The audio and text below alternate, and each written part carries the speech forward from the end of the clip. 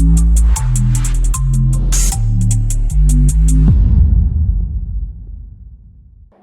પટેલનગરમાં શંકાસ્પદ મૃત્યુનો ભેદ ઉકેલાયો। દત્તક પુત્ર દ્વારા પાલક પિતાની હત્યા કરવામાં આવી। સુરતના ઉધના વિસ્તારમાં પટેલનગરમાં 3 દિવસ અગાઉ આધેડ પરમેશ્વર દાસનું શંકાસ્પદ મોત થયું હતું। શરૂઆતી તપાસમાં મર્મસ્પર્શી બનાવ બહાર આવ્યો છે। મૃતક પરમેશ્વર દાસના પોસ્ટમોર્ટમ રિપોર્ટમાં ગળું દબાવીને હત્યા કરવામાં આવી હોવાનો ખુલાસો થયો, જે બાદ પોલીસે વધુ તપાસ હાથ ધરી હતી। પટેલનગરના એક ઘરમાં લગાવવામાં આવેલા સીસીટીવી ફૂટેજ ચેક કરતા પરમેશ્વર દાસના દત્તક પુત્ર સાગર દાસના કૃત્યનો પર્દાફાશ થયો હતો। સાગર દાસ, જે પરમેશ્વર દાસના શાળાના દીકરા હતા, તેને દત્તક લેવામાં આવ્યો હતો। 10 વર્ષ પહેલા પણ સાગર દાસે પાલક પિતાના ઘરમાં ચોરી કરી હતી। ઘટનાના દિવસે સાગર દાસ ફરી ઘરમાં ચોરી કરવાનો પ્રયાસ કરી રહ્યો હતો, પરંતુ પરમેશ્વર દાસ જાગી જતા તેણે પોતાની જાત બચાવવા માટે ગળું દબાવીને હત્યા કરી હતી। હત્યા કર્યા બાદ આરોપી સાગર દાસ ફરાર થઈ ગયો હતો।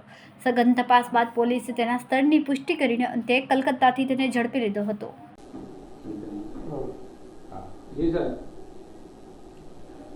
ત્રણેક દિવસ પહેલાં ઉધના પોલીસ સ્ટેશન વિસ્તારમાં પટેલનગર સોસાયટી છે, ત્યાં એક અનનેચરલ ડેથનો બનાવ બન્યો હતો, જે અનુસંધાને પોલીસે રજીસ્ટર કરી અને એમાં તપાસ ચાલુ કરી હતી।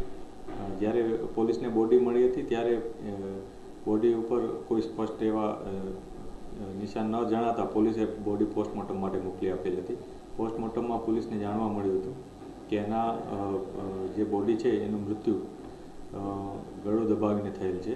એ સમયે જ્યારે ઇન્ક્વેસ્ટ ભરવામાં આવ્યું ત્યારે ગળાના ભાગે ઉજરડા અને એ પ્રકારના નિશાના જોવા મળ્યા હતા। આ બાબતે પોલીસે આસપાસ તપાસ કરી હતી કે જેમાં આસપાસના લોકોના નિવેદન, જે મરણ જનાર વ્યક્તિ છે પરમેશ્વર દાસ, એમના પત્નીનું નિવેદન, આ બધાનું નિવેદન લીધું હતું અને સીસીટીવી ફૂટેજીસ પણ આસપાસ અમે ચેક કરતા હતા। આ સીસીટીવી ફૂટેજમાં એક અમને શંકાસ્પદ વ્યક્તિની હિલચાલ નજરે જણાઈ હતી। એ બાબતે અમે જે મરણ જનાર વ્યક્તિ છે એના પત્ની એમને પૂછ્યું હતું।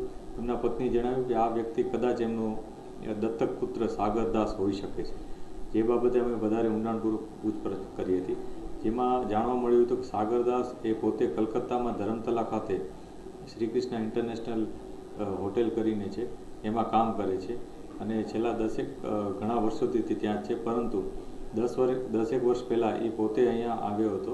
આ જે સાગરદાસ છે એ હકીકતમાં મરણ જનારના શાળાનો દીકરો છે, પરંતુ મરણ જનારનો પોતાનું કોઈ સંતાન ન હોય, એમણે પોતાના શાળાના પુત્રને દત્તક લીધેલ હતો અને એને અહીંયા ભણવા પણ મોકલ્યો હતો।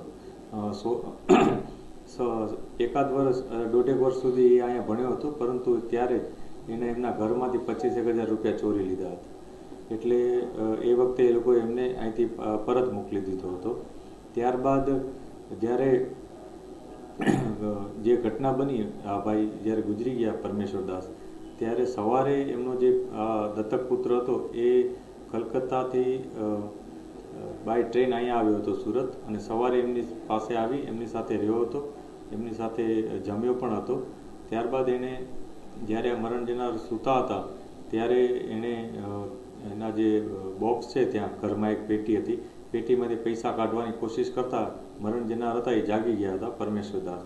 ત્યારે એણે પરમેશ્વર દાસને જાગી જતાં એણે એનું ગળો ટૂંકો આપી દીધો હતો। બાજુમાં એક દુપટ્ટો હતો, એ દુપટ્ટાથી ગળો ટૂંકો આપ્યો હતો અને ત્યારબાદ એને મરણ ગયેલા હાલતમાં છોડી દીધી અને એમાંથી 90,000 રૂપિયા જે બોક્સમાં હતા, એક લોકેટ અને આ જે પરમેશ્વર દાસ છે એનો મોબાઈલ પણ લઈને પોતે જતો રહ્યો હતો।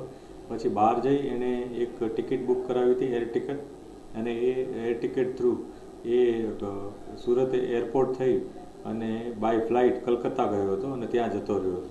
એટલે જ્યારે પોલીસે કન્ફર્મ કર્યું કે ત્યાં છે, તો પોલીસે ત્યાં જઈને એની પૂછપરછ કરી હતી અને ત્યારબાદ એને વધુ પૂછપરછ માટે અહીંયા લઈ આવ્યા હતા।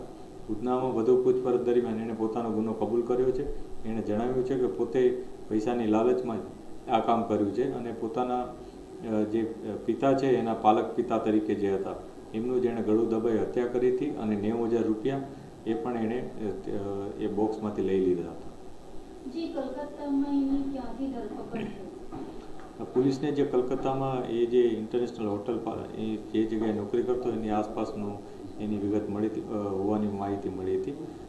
પોલીસે એમનો પહેલાં ક્યાં નોકરી કરતો એ પણ તપાસ કરી હતી અને કન્ફર્મ એનું જે એડ્રેસ કન્ફર્મ થયું ત્યારે ત્યાંથી એની ધરપકડ એને લઈ આવ્યા હતા। આ જે આરોપી છે એ ચોરી કયા કારણોસર કરતો હતો એનું કોઈ જે આરોપી છે એ અહીંયા જ્યારે હતો ત્યારે એણે 25,000 રૂપિયાની ચોરી કરી હતી. ત્યારે એ નાનો હતો, ભણવા અહીંયા ભણતો હતો અને એ દરમિયાન એણે પોતાના અંગત ખર્ચાઓ માટે આ કામ કર્યું હતું. ત્યારબાદ એને જ્યારે પરત મોકલી દીધો ત્યારે એ પોતાને પૈસાની ત્યાં જરૂરિયાત હોવાથી એને ખ્યાલ હતો કે પોતાના જે પાલક પિતા છે અને જે પાલક માતા છે કે જે એના